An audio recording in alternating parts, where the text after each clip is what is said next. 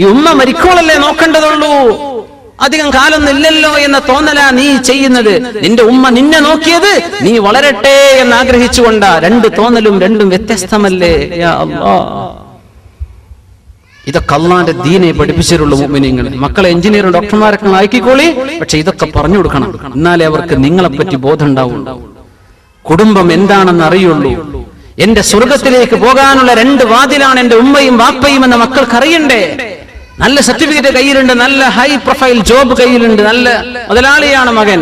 വാപ്പയെ നോക്കാത്ത മകനാണെങ്കിൽ എന്താണ് ഈ വാപ്പയുടെ സങ്കടം, എവിടെ കൊണ്ടുപോയി വെക്കും?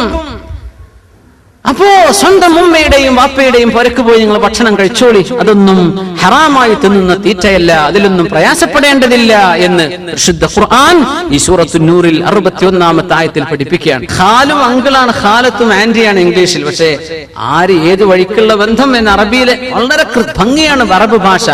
അമ്മ എന്ന് പറഞ്ഞ പിന്നീട് ഏത് അങ്കിൾ എന്ന് ചോദ്യം വരൂല, അത് വാപ്പയുടെ സഹോദരനെ അമ്മ എന്ന് പറയുള്ളൂ. ഉമ്മയുടെ സഹോദരൻ അങ്കിളാണ്, അതിന്റെ ഖാലിനെ പറയുള്ളൂ. ആന്റി അത് ഉപ്പാന്റെ മകളോ ഉമ്മാന്റെ സഹോദരിയോ, ഉപ്പാന്റേതാണെങ്കിൽ അമ്മ അമ്മത്ത് എന്ന് അറബി പറയും, ഉമ്മാന്റെ സഹോദരി ഖാലത്ത്. വളരെ വ്യക്തമാണ്, അവിടെ വേറെ ഡൗട്ട് ഇല്ല.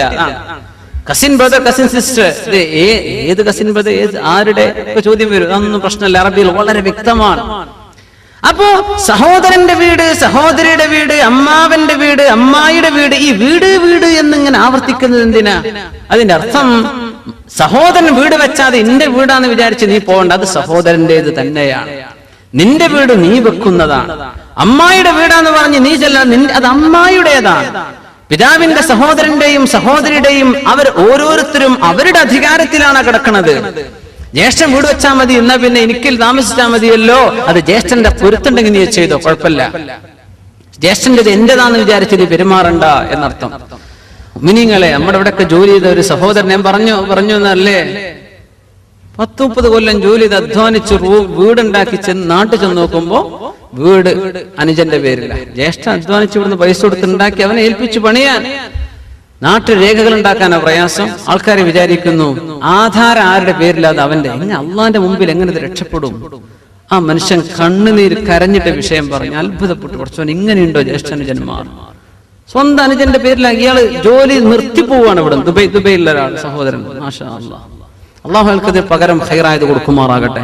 ഇങ്ങനെയൊക്കെ വിശ്വസിച്ച ഒരാളെ ഏൽപ്പിച്ച് ഇവിടുന്ന് പൈസ അയക്കുക, അവര് വേണ്ട ജോലിക്കാർക്ക് എത്ര ശമ്പളം കൊടുത്തു, എത്ര അവർ സ്വന്തം പോക്ക്, ഇതൊന്നും നമുക്കറിയില്ല. അള്ളാഹുൽ തവക്കുലായിട്ട് നമുക്ക് നോക്കി നടക്കാൻ പറ്റുമോ? ഇവിടെ ജോലി ചെയ്യുന്ന ആൾക്കാർക്ക് വിശ്വസിക്കാൻ, എന്നിട്ട് വിശ്വാസ വഞ്ചന ചെയ്യുക, എന്നിട്ട് ഈ മനുഷ്യൻ വാടക താമസിക്കുക. എവിടെയാണ് ആ സങ്കടമൊക്കെ തീരെ? സ്വന്തം പൊരങ്ങനെ കണ്ടിട്ട് പടച്ചോനെ, രേഖയിൽ അനുജൻ ഒപ്പിട്ട് അത് സ്വീകരിക്കുമ്പോ ചോദിക്കണ്ടേ, ഒന്ന് പൊരുത്തം വാങ്ങണ്ടേ? എവിടെയാണ് ഈ കുറ്റൊക്കെ നാളെ മഹ്ശറയിൽ കൊണ്ടുപോയി വെക്കുക? യാ അല്ലാഹ്, മനുഷ്യന് എത്തിക്സ് എന്ന് പറഞ്ഞ സംഗതി ഉണ്ട്. അത് ഇസ്ലാമില്ലെങ്കിൽ എത്തിക്സ് ഉണ്ടാവും ചില മനുഷ്യന്മാർ, അതുപോലെ നഷ്ടപ്പെടുമ്പോഴുള്ള ബേജാറാണ്. യാ അല്ലാഹ്, ഔ ബുയൂതി അമാമികും ഔ ബുയൂതി അമ്മാതികും ഔ ബുയൂതി അഖ്വാലികും ഔ ബുയൂതി ഖാലാതികും. നിങ്ങളുടെ അമ്മായിയുടെ ഉമ്മയുടെ സഹോദരിമാർ അവരുടെ പുരക്ക് നിങ്ങൾ പോയി ഭക്ഷണം കഴിക്കുന്നതിന് വിരോധമില്ല. എപ്പോൾ നിങ്ങൾ അവിടേക്ക് ക്ഷണിക്കപ്പെട്ടവരാണ്, ആ അവസ്ഥയിൽ നിങ്ങളെ അവിടുത്തെ ചില വിഷയങ്ങൾ അവരെ ഏൽപ്പിച്ചു, നിങ്ങൾ അവിടുത്തെ വക്കീലാണ്, ആ അവസ്ഥയിൽ വിരോധമില്ല. ഔ മാ മലക്തും മഫാതിഹ, നിങ്ങൾ ഏതൊന്നിന്റെ ചാവികളാണോ നിങ്ങൾ ഉടമപ്പെടുത്തിയിരിക്കുന്നത് അവിടുന്ന് ഭക്ഷണം കഴിക്കുന്നതിനും വിരോധമില്ല. ശരിക്കും മനസ്സിലാക്കണം. ഒരാളുടെ ഒരു തോട്ടം ഏൽപ്പിച്ചു, ഒരു തെങ്ങിൻ തോട്ടം നോക്കാൻ ഏൽപ്പിച്ചു. തെങ്ങിന് വില ഉണ്ടോ, തേങ്ങയ്ക്ക് വില ഉണ്ടോ, അതല്ല നമ്മുടെ ചർച്ച. നല്ല വില ഉണ്ടെന്ന് വിചാരിക്കാം. അവിടെ ഏൽപ്പിച്ചു. ഈ മനുഷ്യനോട് അങ്ങനെ ഇളനീരിട്ട് കൊടുക്കാൻ പറ്റുമോ ഇല്ലേ എന്നതാണ് ഇപ്പൊ പറയുന്നത്. ഒരു ഗ്രോസറി അല്ലെങ്കിൽ സൂപ്പർ മാർക്കറ്റിന്റെ സ്റ്റോക്ക് നോക്കുന്ന ആളാണ്. അവിടെയാണ് എല്ലാ ജ്യൂസ് പാക്കറ്റുകൾ അല്ലെ ബിഗ് ക്വാണ്ടിറ്റി സ്റ്റോക്ക് ചെയ്യുന്ന സ്ഥലം അതാണ്. ഇയാൾ അതിന്റെ സൂക്ഷിപ്പുകാരനാണ്. മലക്തും മഫാത്തിഹ, മിഫ്താഹ് നിങ്ങളെ കയ്യിൽ ഏൽപ്പിച്ചതാ മുതലാളി, നോക്കണം കേട്ടോ. ഇയാൾ കിടക്കിടക്ക് ഇങ്ങനെ ജ്യൂസ് എടുത്ത് കുടിക്കാൻ പറ്റുമോ? ഇതാണ് വിഷയം. പറ്റുന്നതുമുണ്ട് പറ്റാത്തതുമുണ്ട്, ശരിക്കും മനസ്സിലാക്കുക. ഇവിടെ മുഫസ്സിരീങ്ങൾ പറയാണ്, നമ്മുടെ ഉലമാ പഠിപ്പിക്കാണ്, നമ്മെ ഒരു വിഷയം ഒരാൾ ഏൽപ്പിച്ചു, ചാവി തന്നു. ഒരു കടയുടെ ഒരു തോട്ടത്തിന്റെ ഉത്തരവാദിത്വം നമ്മെ ഏൽപ്പിച്ചാൽ ശമ്പളം നൽകപ്പെടുന്ന ആളാണോ ഇയാൾക്ക് സമ്മതമില്ലാതെ തൊടാൻ പറ്റൂല. മുതലാളിയുടെ സമ്മതമുണ്ട് എന്നാലേ എടുക്കാൻ പറ്റുള്ളൂ. ശമ്പളമുള്ള ആൾ, ശമ്പളം ഇല്ലാത്ത ആളാണ്, അയാൾക്ക് ജീവിക്കേണ്ട ഭക്ഷണം വേണ്ടേ, ആവശ്യമായത് അയാൾ എടുത്തോട്ടെ, അതിന്റെ സമ്മതത്തിന്റെ പ്രശ്നമില്ല. അയാൾ അത് ഏൽപ്പിക്കപ്പെട്ട ആളല്ലേ, ഇയാൾക്ക് വേറെ ശമ്പളമൊന്നും കിട്ടാനില്ലല്ലോ, അതുകൊണ്ട് അയാളുടെ ഭക്ഷണത്തിന് ആവശ്യമായത് ആ തോട്ടത്തിൽ നിന്നോ ആ സ്റ്റോക്കിൽ നിന്നോ ഭക്ഷണം കഴിക്കുന്നതിന് വിരോധമില്ല. അപ്പൊ നമുക്ക് ശമ്പളം ഉണ്ട്, നമ്മുടെ കടയിൽ വരുന്നത് അല്ലെങ്കിൽ നമ്മുടെ മുതലാളിയുടെ അടുത്തുനിന്ന് കിട്ടുന്നത് അവിടെ പൊരുത്തുകൊണ്ട് കിട്ടുന്നതാണെങ്കിൽ ഓക്കെ. അല്ലാതെ നമ്മളുണ്ടല്ലോ വെറുതെ കിട്ടിയതൊക്കെ വരിച്ചുവാലി കൊണ്ടുവരുന്നത്, അതിന്റെ ഉറവിടങ്ങൾ അന്വേഷിക്കണം മുഅ്മിനീങ്ങളെ. നമ്മൾ അള്ളാഹുവിന്റെ പരിശുദ്ധ ഖുർആൻ അച്ചടക്കം പഠിപ്പിക്കുകയാണ്. Utmost discipline. അള്ളാഹുവിനെ പേടിക്കണം എന്നായി പറയുന്നത്, CCTVയെ പേടിക്കണം എന്നല്ല ഈ പറയുന്നത്. അള്ളാഹുവിനെ പേടിച്ച് ജോലി ചെയ്യുന്നതായി പറയുന്നത്. ഭയങ്കര പേടി. അങ്ങനെയാണ്. ക്യാമറ ഉണ്ടെങ്കിൽ എന്താ നല്ല മക്കള്, മാഷാ അല്ലാഹ്. കാരണം അതൊക്കെ പച്ചയിൽ ഇങ്ങനെ കാണല്ലേ. അള്ളാഹുവിനെ പേടിക്കുക. അള്ളാഹിന്റെ ക്യാമറ, പടച്ചതമ്പുരാന്റെ, അള്ളാഹുവിന്റെ ബസീറത്ത്, ബസർ എന്റെ മുമ്പിലേക്കാണ്. അള്ളാഹുവിനെ കാണുന്നുണ്ട്. നിനക്ക് അർഹതപ്പെട്ടത് ഇതാണ്, ഇത് നിനക്ക് അർഹതപ്പെടാത്തതാ, സമ്മതമില്ലാതെ എടുക്കാൻ പാടില്ല. അങ്ങനെയാണ്. ഒരു വീട് ഏൽപ്പിച്ചു നമ്മെ, ആ വീട്ടിൽ ഫോണുണ്ട്, കാര്യങ്ങൾ മുതലാളി പറഞ്ഞു നിനക്ക് വേണ്ടത് കഴിച്ചോ, വേണമെങ്കിൽ ഫോണൊക്കെ ഉപയോഗിച്ചോ. സുബ്ഹാനല്ലാഹ്. ഓൻ ഡയൽ ചെയ്യാ ദുബൈക്ക്, വേറെ എന്തെങ്കിലും അവന്റെ ഏതെങ്കിലും ഫ്രണ്ട്സിനെ വിളിക്കാൻ സൗദിക്ക്, നാട്ടിൽ നിന്ന് കൂളായിട്ട്, എന്താ മുതലാളി പറഞ്ഞു ഉപയോഗിച്ചോളൂ. യാ അല്ലാഹ്, ഇയാൾ ഉദ്ദേശം അതാണോ? നിനക്ക് അത്യാവശ്യം ലോക്കൽ കോളുകളൊക്കെ നീ ചെയ്തോന്നല്ലേ പറഞ്ഞൊരു ഉദ്ദേശത്തുണ്ടാവുള്ളൂ. ആളുകൾ ഇങ്ങനെ ദുരുപയോഗം ചെയ്യുന്നത് എത്രയാണ്. ഇതൊക്കെ അല്ലാഹു പറഞ്ഞതിന്റെ പൊരുൾ നമുക്കിപ്പോ മനസ്സിലാവും. യാ അല്ലാഹ്. മോനപ്പെട്ട നമ്മുടെ ഉസ്താദ് തന്നെ ഒരു വിഷയം പറഞ്ഞു. നമ്മുടെ ഇവിടെ അബുദാബിയിൽ ജീവിച്ചു പോയ നമ്മുടെ വലിയൊരു ഉസ്താദ് ഇപ്പൊ നാട്ടിലാണ്. അവരിപ്പോ അടുത്ത് വന്നു പോയിരുന്നു. വിസിറ്റ് വരുന്ന ആൾക്കാർ അവിടെ ഫോൺ ഉപയോഗിച്ചിട്ട് അങ്ങോട്ട് ഇന്റർനാഷണൽ കോൾ വിളിച്ചിട്ട് ആ സാധുവിന് ബില്ല് വരുമ്പോ യാ അല്ലാഹ്, ഇയാൾ വിളിച്ചതല്ല. നമ്മുടെ ഫുജൈറ മൗലവി ഉണ്ടായിരുന്നു, ഫുജൈറയിലെ അച്ഛനമ്പലം. അവർക്ക് അങ്ങനെ നാട്ടിലൊക്കെ വിസിറ്റ് വരുന്ന ഉസ്താദുമാരും അല്ലാത്തവരൊക്കെ അവരെ പുരക്ക് താമസിക്കും. ഫുജൈറ അദ്ദേഹം ഇപ്പൊ നാട്ടിലാണ്, ഫുജൈറ മൗലവി എന്ന് പറഞ്ഞ സാലം ഡ്രൈവിംഗ് സ്കൂളൊക്കെ ചെയ്തിരുന്ന അദ്ദേഹം എന്ന് പറഞ്ഞു, കുറച്ച് തമ്പുരാനെ നാട്ടിൽ നിന്ന് വിസിറ്റ് വന്നവരാ, ഫുജൈറിന്ന് വിളിക്കുക, നാട്ടിൽ ഫോൺ ഓപ്പൺ ആണ്. അങ്ങനെ വിളിച്ചു. ആ സാധുവിന് 7000-8000 ഒക്കെ ബില്ല് വന്നു. അപ്പോ ഇതൊക്കെ സാധാരണക്കാരും വിവരമുള്ളവരും അല്ലാത്തവരൊക്കെ മനസ്സിലാക്കണം. കോമൺ സെൻസ് വേണമെന്ന് അല്ലാഹു പറഞ്ഞിരാണ്. എന്തുപയോഗിക്കണം എന്നാണ്, എന്തിന്റെ പൊരുത്താണ് ഇപ്പൊ അവിടെ തന്നിട്ടുള്ളൂ, അതേ നിങ്ങൾക്ക് എടുക്കാൻ പാടുള്ളൂ. അവിടുത്തെ വിഷയങ്ങൾ അന്യായമായി നശിപ്പിക്കരുത്. വീട് വെച്ച ആൾക്കാർ, ഇതിൽ ഒരുപാട് ആളുകൾ നാട്ടിൽ വീട് വെച്ച് പൂട്ടിപ്പോന്നവരാണ്. എന്തേ പൂട്ടിപ്പോന്നത്? ജ്യേഷ്ഠനോടോ അനിയനോടോ പെങ്ങളോടോ വന്ന് താമസിക്കാൻ പറഞ്ഞുകൂടായിരുന്നോ? എന്തേ പറയാത്തത്? എന്തുകൊണ്ട് പറയുന്നില്ല? ജ്യേഷ്ഠം വന്ന് താമസിച്ചാൽ പോരെ, ഇരപ്പാക്കി കളയും. പിന്നെ ചെല്ലുമ്പോ പെയിന്റിങ് വേറെ നടത്തണം അല്ലേ? പെങ്ങളും കുട്ടികളും നശിപ്പിച്ചേക്കും. അതുകൊണ്ട് വേണ്ട. ഈ ചിന്ത മുസ്ലിം ഉമ്മത്തിൽ വരരുത്. ഇത് എന്റേതാണ്, എന്റെ ജ്യേഷ്ഠന്റേത് എന്റേതാണ്, പെങ്ങളുടേത് എന്റേതാണ് എന്ന് നിങ്ങൾ ചിന്തിക്കും. വല അല അൻഫുസികും, നിങ്ങളുടേതാണെന്ന് മനസ്സിലാക്കി നിങ്ങൾ അന്യന്റെ സാധനം ഉപയോഗിക്കുമ്പോൾ അത് നശിപ്പിച്ചേക്കല്ല. സ്വന്തം വാഹനം നല്ല ഉഷാറായിട്ട് ഉപയോഗിക്കും. വേറെ ആളുടെ വാഹനം എടുത്ത് കൊണ്ടുപോകുന്ന ഒരു സാധു, അവൻ കൊണ്ടുപോയി സർവ്വ ക്യാമറയും ഫ്ലാഷ് അടിച്ചിട്ട് കൊണ്ടുവന്ന് നിർത്തി കൊടുക്കുകയാണ്. ഈ സാധുവിന് എത്ര കൊടുക്കേണ്ടി വരും? അല്ലെങ്കിൽ നശിപ്പിക്കുക. മനുഷ്യന്മാർ അങ്ങനെയൊക്കെ ചെയ്യുന്നില്ലേ? ഇത് പാടില്ലെന്ന് അല്ലാഹു പഠിപ്പിക്കുന്ന ആയത്താണിത്. അന്യന്റെ സാധനം നശിപ്പിക്കരുത്, അവനവന്റേതുപോലെ ഉപയോഗിക്കുക. യാ അല്ലാഹ്. ഔ ബുയൂതി അഖ്വാലികും ഔ ബുയൂതി ഖാലാതികും ഔ മാ മലകതും മഫാതിഹ ഔ സദീഖികും, നിങ്ങളുടെ സുഹൃത്തിന്റെ പുരയിൽ പോയി ഭക്ഷണം കഴിക്കാൻ നിങ്ങൾ മാദുംതും മദ്ഊവീൻ, നിങ്ങൾ അങ്ങോട്ട് ക്ഷണിച്ചതാണ്, കുഴപ്പമില്ല. നിങ്ങൾ അവിടെ അടുത്ത വിഷയം ഏൽപ്പിക്കപ്പെട്ട ആളുകളാണ്. നിങ്ങൾ അതിന് ആവശ്യമുള്ളത് ഭക്ഷിച്ചോ. കല്യാണത്തിന് വിളിച്ചു, സദ്യക്ക് വിളിച്ചു, നിങ്ങൾ ഭക്ഷിച്ചോളൂ, ഒരു കുഴപ്പമില്ല. പക്ഷേ സുഹൃത്തിൻ്റെതാണെന്ന് പറഞ്ഞ് അയാളുടെ സമ്മതമല്ലാതെ എടുക്കാൻ പാടില്ല. ഇതാണ്. അത് സുഹൃത്തിന്റെ അല്ലേ, മൂപ്പരെ മൊബൈൽ എടുത്തിട്ട് വിളിച്ചേക്കാം. അയാൾക്ക് സമ്മതമുണ്ടോ എങ്കിൽ മാത്രമേ നീ ചെയ്യാൻ പാടുള്ളൂ. പിന്നെയുണ്ടോ ഈ പൈസ എടുക്കലും അന്യന്റെ പൊസഷനിൽ കിടക്കുന്ന സാധനം എടുത്തു കൊണ്ടുവരലും, ഇതൊക്കെ എവിടെ കിടക്കുന്നു? ഭക്ഷണം കഴിക്കും, ഒരു ടേബിളിൽ ഭക്ഷണം കഴിക്കുന്നതിന്റെ വിഷയമാണ് ഈ പറയുന്നത്. അതിന് വിരോധമല്ല. നിങ്ങൾ അവിടെ ക്ഷണിക്കപ്പെട്ടവരല്ലേ. ഇനി അടുത്ത നോക്കൂ. ലൈസ അലൈക്കും ജുനാഹുൻ അൻ തഅകുലൂ ജമീഅൻ ഔ അശ്താതാ, നിങ്ങൾക്ക് വിരോധമില്ല. അൻ തഅകുലൂ ജമീഅൻ ഔ അശ്താതാ, നിങ്ങൾ ഒറ്റയ്ക്ക് ഭക്ഷണം കഴിച്ചാലും കൂട്ടത്തിൽ ഭക്ഷണം കഴിച്ചാലും വിരോധമില്ല. അതിപ്പോ എന്തിനെ അള്ളാഹു പറയുന്നത്? അതൊക്കെ നമുക്ക് അറിയാലോ. നമ്മൾ ഒന്നുകിൽ ഒറ്റയ്ക്ക് കഴിക്കും, അല്ലെങ്കിൽ ഒരുമിച്ച് കഴിക്കും. ഇതെന്തേ പറഞ്ഞത്? സ്വഹാബത്തിന്റെ വിഷയത്തിലായി ഇറങ്ങുന്നത്. അവര് ജാഹിലിയ്യ കാലത്ത്, ഇസ്ലാമിന്റെ മുമ്പ് അവര് ഒറ്റയ്ക്ക് ഭക്ഷണം കഴിക്കൽ ഭയങ്കര വിഷമായിരുന്നു. 3 ദിവസത്തോളം പട്ടിണി കിടന്ന ആളുകളുണ്ട് സ്വഹാബത്തിൽ. എന്തേ? കൂടെ ഭക്ഷണം കഴിക്കാൻ ഒരാളെ കിട്ടിയിട്ടില്ല. എങ്ങനെയാ ഒറ്റക്ക് തിന്നാ? കഴിയുമെങ്കിൽ ഒരാളെ കൂട്ടിന് വിളിക്കുക. അപ്പൊ ഒറ്റക്ക് കൂട്ടിന് ഒരാളെ കിട്ടുന്നില്ലെങ്കിൽ പട്ടിണി കിടക്കുന്ന സമ്പ്രദായം ഉണ്ടായി. ഇസ്ലാം പറഞ്ഞു അത് വേണ്ട, നിങ്ങൾ ആരും കിട്ടിയില്ലെങ്കിൽ ഒറ്റക്ക് ഭക്ഷണം കഴിച്ചോ, ഒരുമിച്ച് കഴിച്ചോ, വിരോധമില്ല. ഒരുമിച്ച് എന്തായാലും കഴിക്കും. ഒറ്റക്ക് കഴിക്കാൻ പറ്റുമോ എന്നതായിരുന്നു വിഷയം.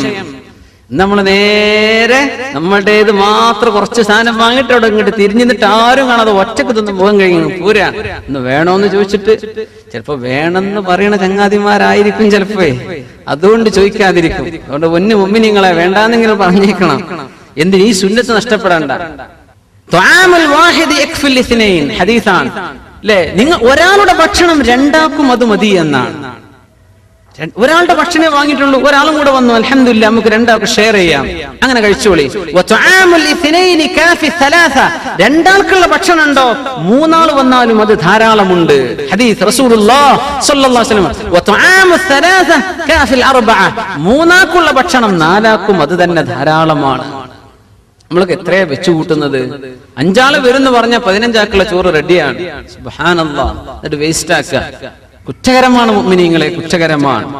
അപ്പോ ഒരാളുടെ ഭക്ഷണം 2 ആൾക്കും 2 ആളുടെ 3 ആൾക്കും മതി എന്ന് പറഞ്ഞാൽ, നമ്മൾ ഭക്ഷണം കഴിക്കുന്ന ഇടയിൽ 2 ആൾ അങ്ങോട്ട് വന്നു, നമ്മൾ 5 പേരുണ്ട്, ഒരു 2 ആൾ വന്നാൽ ആരും നോക്കാതെ തല താഴ്ത്തി തിന്നണ്ട, ഒന്ന് പറഞ്ഞേക്കണം, കൂടെ ഇരിക്കല്ലേ, ഒന്ന് കഴിച്ചേക്കണം.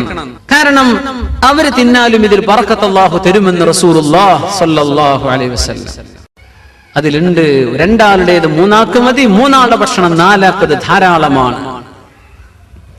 പിന്നെ ഇവിടെ മുഫസ്സിരീങ്ങൾ മറ്റൊരു കാര്യം പറയുന്നു. സുബ്ഹാനല്ലാഹ്, ഒരുമിച്ച് കഴിക്കുന്നതിന് വിരോധമില്ല,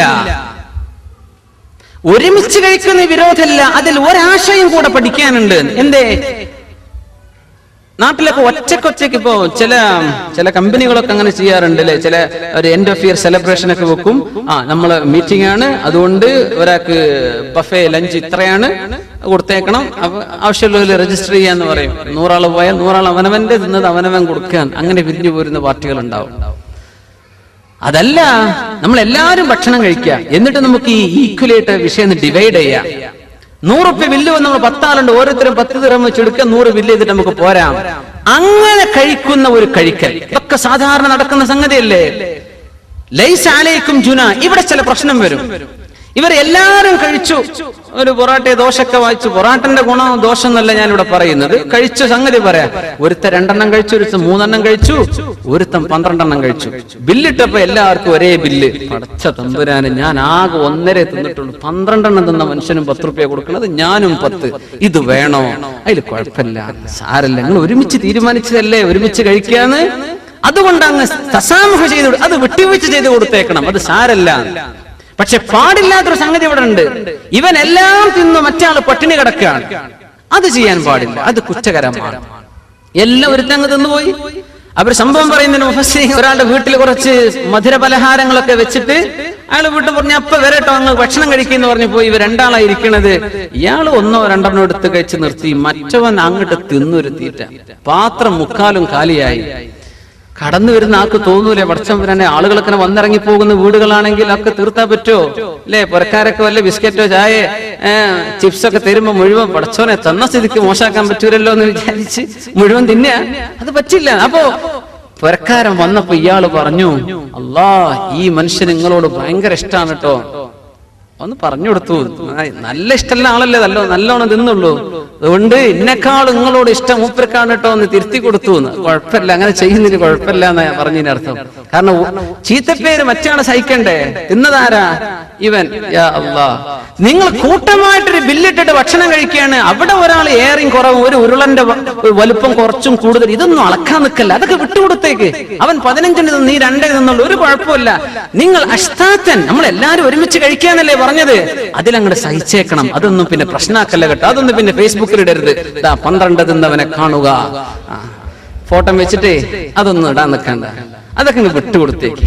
അതൊന്ന് കാര്യാക്കരുത്. അഷ്താത്തൻ എല്ലാം വളരെ സിമ്പിൾ വിഷയങ്ങൾ വരെ അപ്ലോഡ് ചെയ്യും. എന്തിനാ വെറുതെ ആ നെറ്റിലെ സ്പേസ് ഒഴിവാക്കുക? അതൊക്കെ വളരെ സബ്സ്റ്റൻഷ്യൽ മാറ്റർ വല്ലതും ഉണ്ടെങ്കിൽ കൊടുക്കുക എന്നല്ലാതെ ആവശ്യമില്ല. അവനവന്റെ ഓരോ കുടുംബ പ്രശ്നങ്ങളൊക്കെ എടുത്തിട്ട് ഫോട്ടോ അതും അപ്ലോഡും വീഡിയോ ഒക്കെ ചെയ്യും. എന്താ ഈ വീഡിയോ? ഒരു കുട്ടി പാട്ട് കാണുമ്പോഴത്തെ ചാടുന്നതേ കൊടുക്കുള്ളൂ. ആ കുട്ടി ചാടുന്നത് ഉമ്മയും വാപ്പയും കണ്ടാൽ പോരെ. എന്തിനാ അവിടെ നെറ്റിൽ ഇത് സ്പേസ് വേണ്ടതിനൊക്കെ? അപ്പൊ നശിപ്പിക്കല്ല, അല്ലെങ്കിൽ അതും ദുരുപയോഗം ചെയ്യല്ല. ഇരിക്കട്ടെ. അപ്പോ അല്ലാഹു തആല പറയാണ്, നിങ്ങൾ ഒറ്റക്കോ കൂട്ടമായിട്ടോ ഭക്ഷണം കഴിച്ചോളൂ, അതിനൊന്നും വിരോധമില്ല. കൂട്ടമായിട്ട് ഭക്ഷണം കഴിച്ച് ചില ആളുകൾ നല്ല വളവന്മാരുണ്ടാവും, നല്ല സുഹൃത്തുക്കളാണ് അല്ലേ?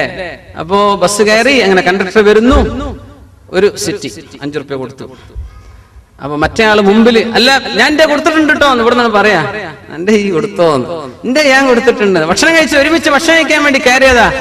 അങ്ങനെ ഒരുമിച്ച് ഭക്ഷണം കഴിഞ്ഞ് വർത്താനം കഴിഞ്ഞ് ഇറങ്ങുമ്പോ ഇവർ പറയാം, നിന്റെ ബില്ലിങ് തന്നേക്ക് വേറെയാണ്. അതൊക്കെ ചീപ്പ് ഏർപ്പാടാണെന്നാണ്. നിന്റേത് ഞാൻ കൊടുത്തോളാം, എന്റെ അത് കൂട്ടുകാരായി ഒരുമിച്ച് നിൽക്കുകയാണെങ്കിൽ അത് അങ്ങോട്ടും ഇങ്ങോട്ടൊക്കെ എന്ത് ചെയ്യാ, കുറച്ച് വിട്ടുവീഴ്ചകളൊക്കെ ആകാം. ഫ്രണ്ട്ഷിപ്പിന്റെ ചില വശങ്ങൾ അള്ളാഹ് പറഞ്ഞിരുമ്പോഴല്ലേ നമുക്ക് അതിന്റെ കൂലി കിട്ടുള്ളൂ. നമ്മൾ ഇതൊക്കെ ചെയ്യുന്ന ആൾക്കാരാണ്. പക്ഷെ ഇങ്ങനെ അള്ളാഹു പറഞ്ഞിട്ടുണ്ടെന്ന് അറിയുമ്പോൾ നമുക്ക് സമാധാനമായില്ലേ? മാഷാ അള്ളാഹ്, ഒരു വിഷമം തോന്നും വേണ്ട. കല്യാണത്തിന് പോകുമ്പോഴൊക്കെ കുറച്ച് ആൾക്കാർ കൂടുതൽ കഴിക്കുന്നവര്, നേരത്തെ പറഞ്ഞ ഷഅബ് ബിൻ ജുബൈർ എന്ന് പറഞ്ഞ തമ്മാഉൽ അറബ്, അദ്ദേഹം ഭയങ്കര തീറ്റപ്രിയനായിരുന്നു. താബിഈങ്ങളുടെ കാലത്ത് കഴിഞ്ഞു പോയ ആളാ. നേരത്തെ കിണറ്റിൽ വീണില്ലേ, കൈ കൊടുക്കാത്ത ആള്. എന്റെ കൈയ്യോട് കുടിച്ചോന്ന് പറഞ്ഞപ്പോ കൈയൊന്നു. ആ മനുഷ്യനും മകനും ഭക്ഷണം കഴിക്കാൻ വേണ്ടി പോയി. അങ്ങനെ സദ്യക്കിരിക്കുമ്പോ മകൻ ഭക്ഷണം കഴിക്കുന്നുണ്ട്, വെള്ളം കുടിക്കുന്നുണ്ട്. ഒരു ഉരുള ഭക്ഷണം, 2 ഗ്ലാസ് വെള്ളം. ഇയാളാണെങ്കിൽ കിട്ടിയ ഭക്ഷണം നന്നായി തിന്നുന്ന ആളാണ്. പ്രശസ്തനാണ്. അബൂ ജഅഫർ അൽ മൻസൂറിന്റെ കൊട്ടാരത്തിൽ പോയ കഥയൊക്കെ ഉണ്ട്, ഇൻഷാ അല്ലാഹ് പിന്നെ പറയാം. അപ്പോ ഭക്ഷണം കഴിച്ച് പുറത്തിറങ്ങിയപ്പോ വാപ്പ മകനെ ഒരൊറ്റ അടി. എന്തിനാ വാപ്പ നിങ്ങളെന്നെ തല്ലിയതെന്ന് ചോദിച്ചു. നല്ല ഉഷാറുള്ള ചോറ് കൊണ്ടെന്ന് വെച്ചിട്ട് ഈ വെള്ളം കുടിച്ച് പള്ളം മുഴുവൻ നിറച്ചില്ലേ? അതില് പറഞ്ഞു, വാപ്പ ഈ വെള്ളം നല്ലോണം കുടിച്ചാല് വയറ് നല്ല വലുതായിട്ട് നന്നായി തിന്നാൻ പറ്റും, അതിനാണ് ഞാൻ ആ കുടിച്ചത്. അതില് അടുത്തടി വേറെ. ഇതെന്തേ വാപ്പ നിങ്ങൾ ഇന്നെ പഠിച്ചത്? ഇങ്ങനെ ഒരു ഇൽമ എന്റെ അടുത്ത് ഉണ്ടായിട്ടെന്ന് എനിക്ക് ഇതുവരെ പറഞ്ഞില്ല.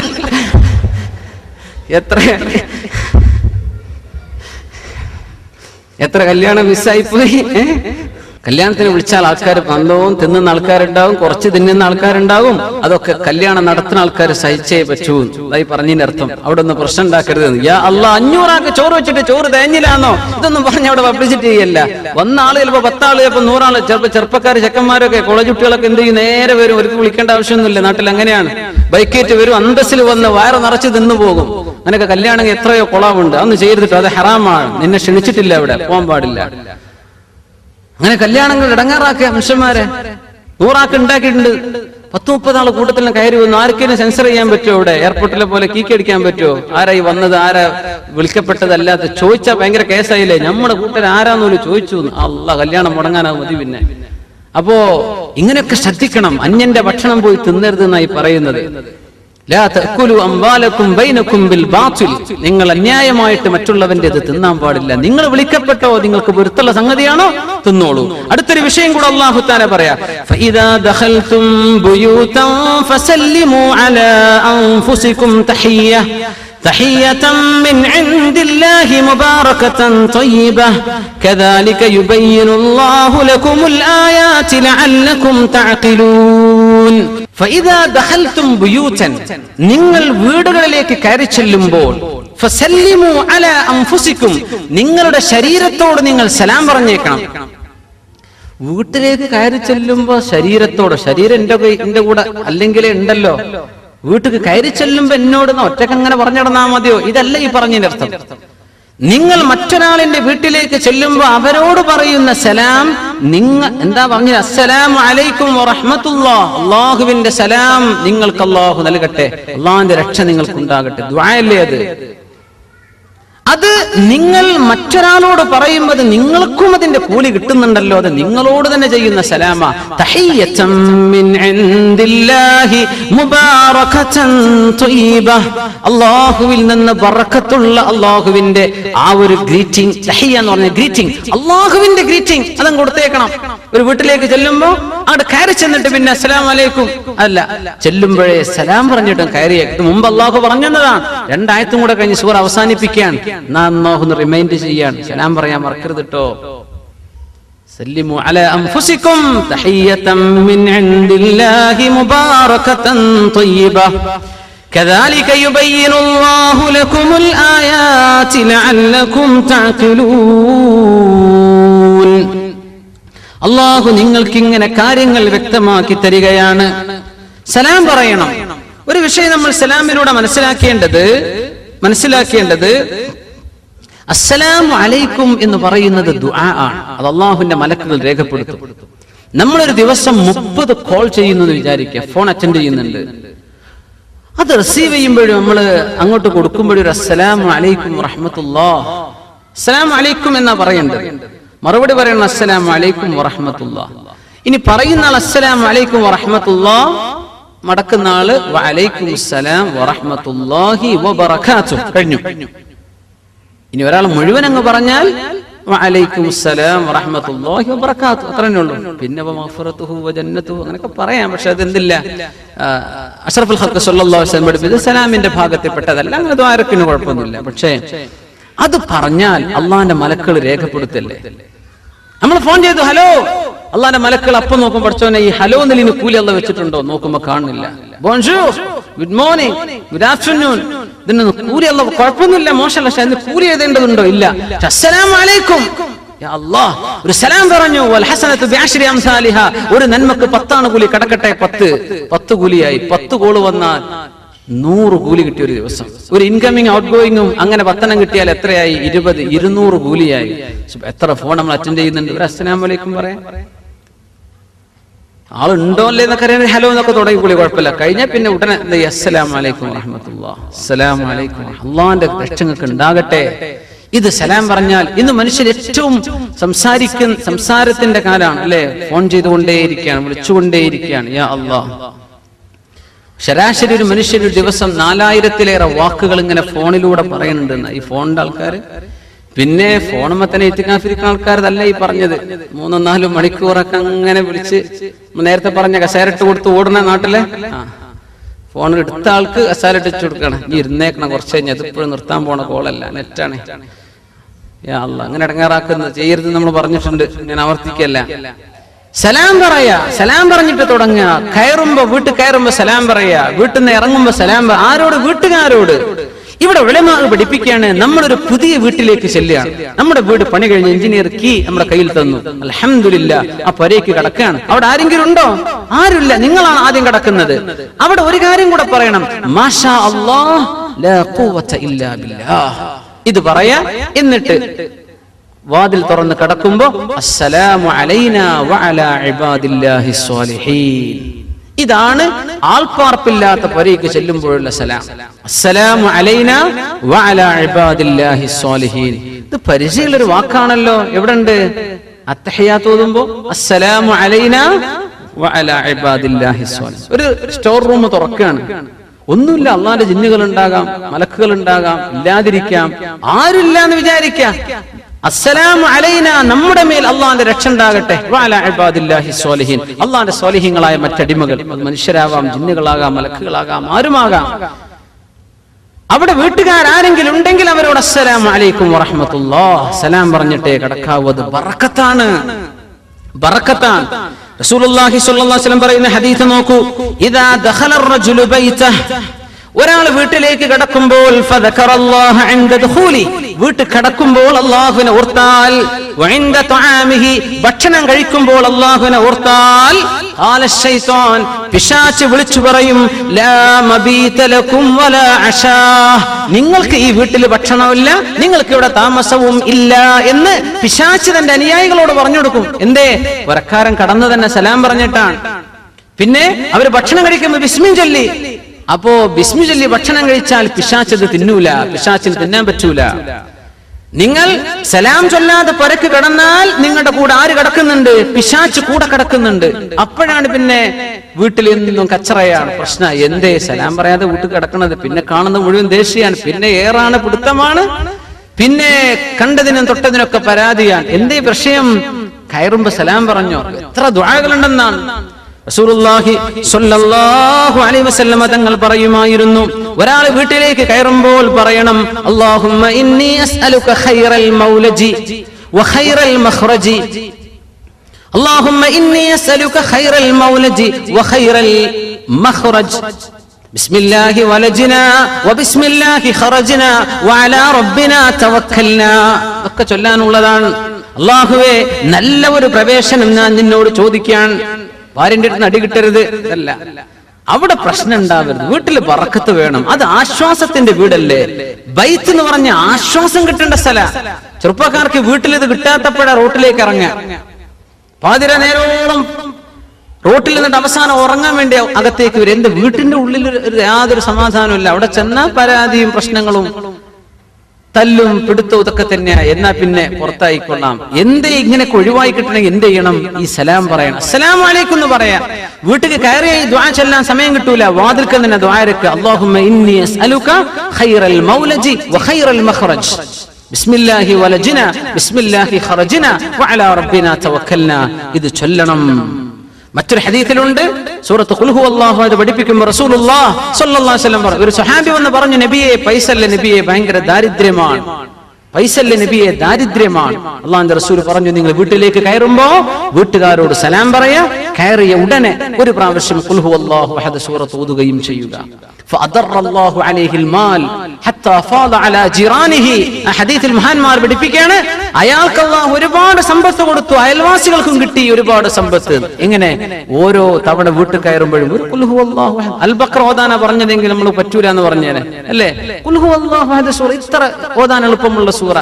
അപ്പൊ ഇങ്ങനെ സുന്നത്തുകളുണ്ട് വീട്ടിൽ കയറുമ്പോൾ. അത് വീട്ടിന്റെ ഉള്ളിൽ അസ്വാരസ്യങ്ങൾ ഇല്ലാതിരിക്കാനാണ്, അവിടെ റാഹത്ത് ഉണ്ടാവാനാണ്. ഒരു സദസ്സിലേക്ക് കയറുമ്പോൾ സലാമിനെ സംബന്ധിച്ച് നമ്മൾ സൂചിപ്പിച്ചിരുന്നു. അസ്സലാമു അലൈക്കും പറഞ്ഞതിന്റെ ഒരു താല്പര്യം കൂടെ അതാണ്. അസ്സലാമു അലൈക്കും എന്ന് ഞാൻ നിങ്ങളോട് പറഞ്ഞാൽ, ഞാനും നിങ്ങളുമുള്ള ഈ ഇടപഴക്കത്തിൽ നിങ്ങളുടെ ഒരു മോശവും ഞാൻ പറയാൻ പോകുന്നില്ല. എന്റെ വശത്ത് നിന്ന് ഒന്നും നിങ്ങൾക്ക് ബുദ്ധിമുട്ടുണ്ടാവില്ല. ഈ ഗ്യാരണ്ടിയാണ് ഞാൻ നിങ്ങളോട് പറയുന്ന അസ്സലാമു അലൈക്കും. നിങ്ങൾ എന്നിൽ നിന്ന് സുരക്ഷിതരാണ്. ഇനി പ്രസംഗം അവസാനിപ്പിക്കുമ്പോഴും ഞാൻ പറയുന്നു അസ്സലാമു അലൈക്കും വറഹ്മത്തുള്ളാഹി. കഴിഞ്ഞു. നമ്മൾ ആരും അങ്ങോട്ടും ഇങ്ങോട്ടും ഗീബത്തും നമീമത്തും പറയണ്ട. നിങ്ങൾ എന്നിൽ നിന്ന് സുരക്ഷിതരാൻ, നിങ്ങളെന്ന് ഞാനും സുരക്ഷിതനാണ്. നമ്മൾ ആരും ആരെയും വേദനിപ്പിക്കൂല.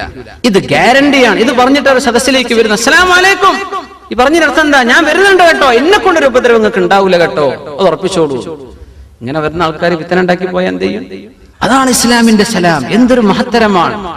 ഒരു സദസ്സിൽ മുസ്ലിമീങ്ങളും അമുസ്ലിമീങ്ങളും ഉണ്ടെന്ന് വിചാരിക്കുക. അവിടെ സലാം പറയണം, അസ്സലാമു അലൈനാ വഅലാ ഇബാദില്ലാഹി സ്വാലിഹീൻ, അല്ലെങ്കിൽ അസ്സലാമു അലാ മൻ ഇത്തബഅൽ ഹുദാ, സന്മാർഗ്ഗം സ്വീകരിച്ചവർക്ക് രക്ഷ ഉണ്ടാകട്ടെ. മഹാനായ മർഹൂം സയ്യിദ് മുഹമ്മദ് അലി ശിഹാബ് തങ്ങൾ അവറുകൾ അവിടെ കോട്ടക്കൽ ആര്യവേദശാന്റെ പ്രോഗ്രാമിന് വന്ന സമയത്തുള്ള ഒരു അനുഭവം പറഞ്ഞത്, അവിടെ ഒരുപാട് അമുസ്ലിമീങ്ങൾ വൈദ്യരും കുറെ വാര്യന്മാരും ഒരുപാട് മറ്റു അമുസ്ലിമീങ്ങളൊക്കെ ഉള്ള സദസ്സാണ്. തങ്ങളുടെ സംസാരത്തിന് നേരം തങ്ങൾ അസ്സലാമു അലൈക്കും ആ സലാം, അവിടെ ഒരു നമസ്കാരന്റെ കൂപ്പുകൈ ഇങ്ങനെയൊക്കെ പറഞ്ഞ ആൾക്കാരുണ്ട്. നമ്മുടെ സ്വന്തം ആൾക്കാർ ജയ് ഹിന്ദു എന്ന് പറഞ്ഞ് കൈയടിച്ചിട്ട് പ്രസംഗം അവസാനിപ്പിക്കുക. മുസ്ലിമീങ്ങളാണ് അസ്സലാമു അലൈക്കും പറ. നീ അസ്സലാമു അലൈക്കും പറഞ്ഞു തുടങ്ങ്. നിന്റെ മുമ്പിൽ മുസ്ലിം ഒരാളുണ്ടോ, ആ സലാം അയാൾക്ക് കിട്ടൂലേ? നിന്റെ നമസ്കാരം കൂപ്പുകയും നിന്റെ ഈ മുഷ്ടിയൊക്കെ ആർക്ക് വേണം? അത് ആർക്ക് ഉപകാരപ്പെടും? അസ്സലാമു അലൈക്കും തങ്ങളുടെ ആ ഒരു ഭയങ്കര സംഭവം. ആ ഒരു സദസ്സിൽ മുസ്ലിങ്ങളുണ്ട്, കോട്ടക്കൽ അങ്ങാടിയല്ലേ, അമുസ്ലിമീങ്ങൾ ധാരാളമുണ്ട്. ആ പരിപാടി ആര്യവേദശാന്റെ പ്രോഗ്രാം, യാ അല്ലാഹ്, അതിന്റെ ഒരു വാർഷിക പരിപാടി. അസ്സലാമു അലൈക്കും വറഹ്മത്തുള്ളാഹി. തങ്ങളുടെ ആ ശൈലിയിൽ സലാം പറഞ്ഞിട്ട് തന്നെ തുടങ്ങുന്നത്. യാ അല്ലാഹ്, സലാം പറയും. അല്ലാഹുവിന്റെ രക്ഷയ്ക്കുള്ള പ്രാർത്ഥനയാണ്. അത് മുഅ്മിനീങ്ങൾക്ക് ലഭിക്കണം. ഫസല്ലിമു അലാ അൻഫുസികും തഹിയ്യതൻ മിൻ ഇൻദില്ലാഹ് മുബാറകതൻ ത്വയ്യിബ. സലാം എന്ന് പറഞ്ഞത് മുബാറക്കാണ്, ബറക്കത്തുള്ളതാണ്. ത്വയ്യിബ, ഏറ്റവും പരിശുദ്ധമാണ്. അതിലും നല്ലൊരു ഗ്രീറ്റിംഗ് നമുക്ക് ഒരാൾക്കും കൊടുക്കാൻ പറ്റൂല. ഗുഡ് മോർണിംഗ് എന്നൊക്കെ പറഞ്ഞോളി, ശുഭ പ്രഭാതം ഉണ്ടാകട്ടെ എന്നൊരു ആശംസ തന്നെയാണത് അല്ലെ. ഗുഡ് ഈവനിങ് എന്ന് പറഞ്ഞാൽ അതിനെ ഒരു നല്ല ഒരു ആഫ്റ്റർനൂൺ ഉണ്ടാകട്ടെ എന്നൊക്കെ, അല്ലെങ്കിൽ വൈകുന്നേരം രാത്രി എന്നൊക്കെ ആകട്ടെ. പക്ഷേ മുസ്ലിമീങ്ങൾ പറയേണ്ടത് എന്താ? അസ്സലാമു അലൈക്കും വറഹ്മത്തുള്ളാഹി. അള്ളാഹു നമ്മെ സഹായിക്കുമാറാകട്ടെ. സലാം നല്ലോണം വർദ്ധിപ്പിക്കും മുഅ്മിനീങ്ങളെ. സ്വന്തം ഗ്രൂപ്പുകാർക്ക് മാത്രം സലാം പറയുന്ന കാലാണ്. സ്വന്തം ഗ്രൂപ്പുകാർക്കും അല്ലാത്തോടും ഉണ്ടാകുന്ന ഓ ഇസ്ലാം ആരെ ഇസ്ലാം എന്ന് ഓർത്ത് അഹ്ലുസുന്ന വൽ ജമാഅത്തിന്റെ അഖീദയിലുള്ള മുസ്ലിമീങ്ങളോട് മറ്റൊരു ഗ്രൂപ്പുകാരൻ പറയും സലാം പറയാൻ പാടില്ല. മൂപ്പരെ പിന്നെ നിസ്കാരം ശരി, എന്തേ പ്രശ്നം? മൂപ്പരെ നമ്മളാൾ അംഗീകരിക്കലില്ല. യാ അല്ലാഹ്, അള്ളാന്റെ ദീനല്ലേ നമ്മളിപ്പോ അഫ്ഷു സലാം, സലാം പറഞ്ഞേക്കണം. അബ്ദുല്ലാഹി ഇബ്നു മസ്ഊദ് റളിയല്ലാഹു അൻഹു പറയാണ്, ഞാൻ കൊതിച്ചു പോവുകയാണ് ഞാൻ പറയുന്ന സലാം ആരും മടക്കാതിരിക്കട്ടെ. അപ്പൊ ആൾക്കാർ, പടച്ചോനെ നിങ്ങൾ സലാം മടക്കാതിരിക്കേ? അതെ, നിങ്ങൾ മടക്കാതിരുന്നാൽ അള്ളാഹു എനിക്കതിന് മറുപടി പറഞ്ഞുതരും. അള്ളാഹുവിന്റെ സലാം എനിക്കുണ്ടാവും. ഇത് നിങ്ങൾ പറയുമ്പോൾ നിങ്ങളുടേതല്ലേ കിട്ടുന്നുള്ളൂ, എനിക്ക് അള്ളാന്റെ മറുപടി കിട്ടും. ഞാൻ കൊതിച്ചു പോകാറുണ്ടെന്ന് അബ്ദുല്ലാഹി ഇബ്നു മസ്ഊദ് റളിയല്ലാഹു അൻഹു. അഫ്ഷു സലാം, തന്റെ പരിചയക്കാരോട് മാത്രം സലാം പറയുന്ന കാലം അന്ത്യനാളിന്റെ അടയാളമാണെന്ന് നബിയുനാ റസൂലുള്ളാഹി സ്വല്ലല്ലാഹു അലൈഹി വസല്ലം. ഖിയാമത്ത് നാളാണ് ഈ വരുത്തി വെക്കുന്നത്. സ്വന്തം അനുയായികൾ, നമ്മൾ മെമ്പർഷിപ്പുള്ള ആളോട് മാത്രം സലാം പറഞ്ഞാൽ മതി. എന്ത് ദീനാ ഇത്? എന്ത് ദീനാണ്? ദീനാണോ ഈ പറയുന്നത്? അള്ളാന്റെ ദീനാണോ ഈ പറയുന്നത്? അഫ്ഷു സലാം, മുഅ്മിനീങ്ങളോട് സലാം പറഞ്ഞേക്കണം. ജനങ്ങൾക്ക് ഭക്ഷണം കൊടുക്കിൻ. ജനങ്ങൾ ഉറങ്ങുന്ന നേരത്ത് എഴുന്നേറ്റ് തഹജ്ജുദ് നിസ്കരിച്ചേക്കണം. തദ്ഖുലുൽ ജന്നത ബിസലാം, അന്തസ്സിൽ സ്വർഗ്ഗത്തിൽ പോകാമെന്ന് റസൂലുള്ളാഹി സ്വല്ലല്ലാഹു അലൈഹി വസല്ലം. മുഅ്മിനീങ്ങളെ സലാം പറയണം. വീട്ടിൽ കയറുമ്പോ സലാം. ഇനി നമ്മൾ ഖുർആൻ ക്ലാസ് കഴിഞ്ഞ് പോവാണ്, വീട്ടിൽ ആരുമില്ല, റൂമിൽ ആരുമില്ല, നമ്മൾ എന്ത് സലാമാ പറയപ്പോ? അസ്സലാമു അലൈനാ വഅലാ ഇബാദില്ലാഹി സ്വാലിഹീൻ. അല്ലെങ്കിൽ ഒരു മുസ്ലിമായ മനുഷ്യനുണ്ട്, അസ്സലാമു അലൈക്കും വറഹ്മത്തുള്ളാഹി, സലാം പറയണം. പള്ളിയിലേക്ക് വരുമ്പോ പള്ളിയിൽ ഒരു ഖുർആൻ ക്ലാസ്സോ ഇൽമിന്റെ സദസ്സോ നടക്കുന്നുണ്ടെങ്കിൽ അവിടെ സലാം പറയൽ മഹ്ദൂറാണ്. മഹ്ദൂർ എന്ന് പറഞ്ഞാൽ ഹറാം, പറയാൻ പാടില്ല. ഒരു ഖുർആൻ ക്ലാസ് നടക്കുക, അസ്സലാമു അലൈക്കും, പള്ളിയിൽ പറ്റൂല കേട്ടോ. നിങ്ങൾ സദസ്സിലുമാണെ പറഞ്ഞോളി, കേൾക്കുന്ന ഒരു മറുപടി പറയും വേണം. പക്ഷേ ഒരു പള്ളിയിൽ ഇൽമിന്റെ മജ്ലിസ് നടക്കുമ്പോൾ സലാം പറയരുത്. പള്ളിയിൽ നിസ്കാരത്തിന് ഇഖാമത്ത് കൊടുത്താൽ അവിടെ സലാം പറയരുത്. പള്ളിയിൽ ഒരാൾ ഖുർആൻ ഓതിക്കൊണ്ടിരിക്കുകയാണ് ഉറക്കെ, ആ ഖുർആന് തടസ്സമാകുന്ന രീതിയിൽ സലാം പറയാൻ പാടില്ല. ഇത് മൂന്നും നടക്കണില്ല. അവിടെ ഒരു മുസ്ലിമായ മനുഷ്യർ ഇരിക്കുന്നുണ്ട്, അസ്സലാമു അലൈക്കും വറഹ്മത്തുള്ളാഹി. നിങ്ങൾ ദഖൽതും ബുയൂതൻ, വീട്ടിലേക്ക് എന്ന് വന്നാൽ ആ ബുയൂത്ത് എന്ന വാക്കിന് മുഫസ്സിരീങ്ങളിൽ ഒരു വിഭാഗത്തിന്റെ അഭിപ്രായം അൽ മസാജിദ്, അല്ലാഹുവിന്റെ പള്ളികളിലേക്ക് വരുമ്പോൾ സലാം പറയണം എന്നാണ്. എപ്പോഴാ പറയേണ്ടത്?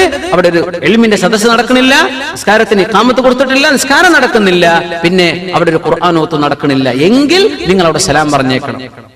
നിസ്കാരമൊക്കെ കഴിഞ്ഞിട്ട് അസ്സലാമു അലൈക്കും വറഹ്മത്തുള്ളാഹി എന്ന് എല്ലാവരും പറഞ്ഞ് ഇങ്ങനെ സ്വസ്ഥമായിട്ട് ഇരിക്കുമ്പോ ചിലർ കാണാം അസ്സലാമു അലൈക്കും. അങ്ങനെ സലാം പറയണ്ട, അത് ദിക്ർ ചൊല്ലുന്ന നേരമാണ്. നിസ്കാരം കഴിഞ്ഞിട്ട് സലാം പറയലപ്പോഴാ? നിങ്ങൾ കടന്നു വരുമ്പോഴാണ്. നിങ്ങൾ വരുമ്പോ സലാം പറയും. ഞാൻ വരുന്നുണ്ട് കേട്ടോ, എന്നെ കൊണ്ട് ഒരു ഉപദ്രവം നിങ്ങൾക്ക് ഉണ്ടാവില്ല കേട്ടോ, അതാണ് പറയുന്നത്. നമുക്ക് ശരിക്കും ഓർമ്മ വേണം. തിരിച്ചു പോകാൻ ഞാൻ പോവാണ് കേട്ടോ, നിങ്ങളെ പറ്റി ഒരു ഗീബത്തും നിമിത്തം ഞാൻ പറയൂല കേട്ടോ. എന്നിൽ നിന്ന് നിങ്ങൾ സലാമത്താണ്, നിങ്ങൾ സുരക്ഷിതരാണ്. യാ അല്ലാഹ്, ഇങ്ങനെ മഹിതമായ അഖ്ലാഖുകൾ, സംസ്കാരമാണ് അല്ലാഹു പഠിപ്പിച്ചു തരുന്നത്. കദാലിക യുബയ്യിനുല്ലാഹു ലക്കുമുൽ ആയാതി ലഅല്ലക്കും തത്തഖൂൻ. നിങ്ങൾ അല്ലാഹുവിനെ സംബന്ധിച്ച് നല്ല ബോധം ഉണ്ടാവാൻ വേണ്ടി അല്ലാഹു സുബ്ഹാനഹു വ തആല യുബയ്യിനുല്ലാഹു ലക്കുമുൽ ആയാത്, അല്ലാഹു നിങ്ങൾക്ക് ദൃഷ്ടാന്തങ്ങൾ വ്യക്തമാക്കി തരികയാണ്. ലഅല്ലക്കും തഅഖിലൂൻ, നിങ്ങൾ ചിന്തിക്കാൻ വേണ്ടി. അല്ലാഹു തആല നമുക്ക് കാര്യങ്ങൾ മനസ്സിലാകാൻ അല്ലാഹു നമുക്ക് ഇൽമും അമലിന് തൗഫീഖും അല്ലാഹു നൽകി അനുഗ്രഹിക്കുമാറാകട്ടെ. അപ്പോ ഒരു കാര്യം കൂടെ ചേർത്ത് നമ്മൾ മനസ്സിലാക്കേണ്ട വിഷയം, ഭക്ഷണം കഴിക്കുമ്പോ ബിസ്മില്ലാ, വെള്ളം കുടിക്കുമ്പോ ബിസ്മി ചൊല്ലുക, വീട്ടിൽ കയറുമ്പോ സലാം ചൊല്ലുക. പിശാച് അല്ലെങ്കിൽ അവിടെ ഇടപെടും. സമയമില്ലാത്തത് കൊണ്ടാണ് എനിക്കൊരു കാര്യം കൂടെ ചേർത്ത് പറയേണ്ടിയിരുന്നു. നിങ്ങൾ എന്നെ ശപിക്കാൻ തുടങ്ങും. ഒരു കാര്യം കൂടെ പറയട്ടെ, ഒരു കാര്യം കൂടെ പറയാണ്. ഭക്ഷണം കഴിച്ച് വയറ് നിറയാത്തൊരു വിഷയം വരുന്നത് എപ്പോഴാണെന്നറിയോ? ബിസ്മി ചൊല്ലാതെ തിന്നുമ്പോഴാണ്. ദാഹിച്ചിട്ടും കുടിച്ചിട്ട് ദാഹം മാറുന്നില്ല, ബിസ്മി ചൊല്ലാതെ കുടിക്കുമ്പോഴത് ഉണ്ടാവുക. ഭാര്യയുമായി ഭാര്യ ഭർത്തൃ ബന്ധത്തിൽ ഏർപ്പെടുന്നു, ഇയാൾക്കിത് മതിയാവണില്ല, ഇയാളിതൊരു കലാപരിപാടിയാണെന്ന വിചാരം. സുബ്ഹാനല്ലാഹ്, എന്താ വിഷയം? അവരുമായി ഇടപെടുമ്പോ ഒരു ദുആ പഠിപ്പിച്ചിട്ടുണ്ട് റസൂലുള്ളാഹി സ്വല്ലല്ലാഹു അലൈഹി വസല്ലം. അല്ലാഹുമ്മ ജന്നിബിനിശ് ശൈത്താൻ, അല്ലാഹുമ്മ ജന്നിബിനശ് ശൈത്താൻ വജന്നിബിശ് ശൈത്താന മാ റസഖ്തനാ. പടച്ചോനെ, ഞങ്ങൾ രണ്ടുപേരെയും പിശാചിൽ നിന്ന് അകറ്റണമേ. ഞങ്ങൾക്ക് നീ എങ്ങാനും ഒരു കുഞ്ഞിനെ വിധിച്ചാൽ ആ കുഞ്ഞിനും പിശാചിന്റെ ഉപദ്രവം വരാതെ കാക്കേണമേ എന്ന് ദിക്ർ ചൊല്ലിയിട്ടേ ഭാര്യ ഭർത്താക്കന്മാർ ബന്ധപ്പെടാൻ പാടുള്ളൂ. അങ്ങനെ ചെയ്തില്ലെങ്കിൽ എന്താ കുഴപ്പം? പിശാച് ഇവരുടെ കൂടെയുണ്ടെന്നാണ്. അപ്പൊ ഇവന് മതിയാവണില്ല, അപ്പൊ ഇവന് മതി വരുന്നില്ല, ഭാര്യ തൃപ്തിയാവുന്നില്ല. എന്തേ പ്രശ്നം? അള്ളാന്റെ നാമം ഉച്ചരിച്ചില്ല. ഇതൊക്കെ അള്ളാഹു ചെയ്ത വലിയ നിഅമത്തുകളല്ലേ? സ്വർഗലോകത്തെ അനുഭവങ്ങൾ എന്താണെന്ന് അറിയാൻ ദുനിയാവിൽ അള്ളാഹു വെച്ച സാമ്പിളുകളാണെന്നാണ്. അള്ളാന്റെ നാമം ഉച്ചരിക്കുക, അപ്പോഴേ നിനക്ക് ആശ്വാസമാവുള്ളൂ. അള്ളാന്റെ നാമം ഉച്ചരിച്ച് ഭക്ഷണം കഴിക്കുക, അപ്പോഴേ നിനക്ക് വയറ് നിറയുള്ളൂ. അള്ളാന്റെ നാമം ഉച്ചരിച്ച് വെള്ളം കുടിക്കുക, അപ്പോഴേ നിന്റെ ദാഹം മാറുള്ളൂ. ഇത് ജീവിതത്തിൽ നമ്മൾ പകർത്ത് അള്ളാഹു തൗഫീഖ് ചെയ്യുമാറാകട്ടെ. ഇവിടെ ഒരൊറ്റ ചോദ്യം ചോദിച്ചിരുന്നു, ഒന്നും ഉണ്ടാക്കുമ്പോൾ ആൾക്കാർ കാലുമ തടവുന്നുണ്ട്, ഇത് ശരിയാവോ? ഇപ്പൊ സെന്ററിലൊക്കെ തന്നെ നിസ്കരിക്കുന്ന സമയത്തൊക്കെ അങ്ങനെ ശ്രദ്ധയിൽപ്പെട്ടു, മൈതിസ്കാരൊക്കെ ഉണ്ടാവുമ്പോ തല തടവുന്നുണ്ട്, കാലുമ തടവി വരിക, അത് ശരിയാവില്ലല്ലോ. വംസഹു ബിറുഊസികും വഅർജുലകും ഇലൽ കഅബൈൻ. അർജുല ലാമിന് ഫത്ഹാൻ, ലാമിന് കസ്റാണെങ്കിൽ തടവാൻ പറ്റിയെന്നാണ് അങ്ങനെയാണ് വിഷയം. പക്ഷെ ഖുർആനുള്ളത് വഅർജുലകും, കഴുകേണ്ടതിൽപ്പെട്ടതാ കാല്. കാല് കഴുകിയേ പറ്റൂ, തടവിയാൽ ഒന്നു ശരിയാവില്ല. ഒന്ന് ശിക്ഷമ തടവലും ഇല്ലാത്ത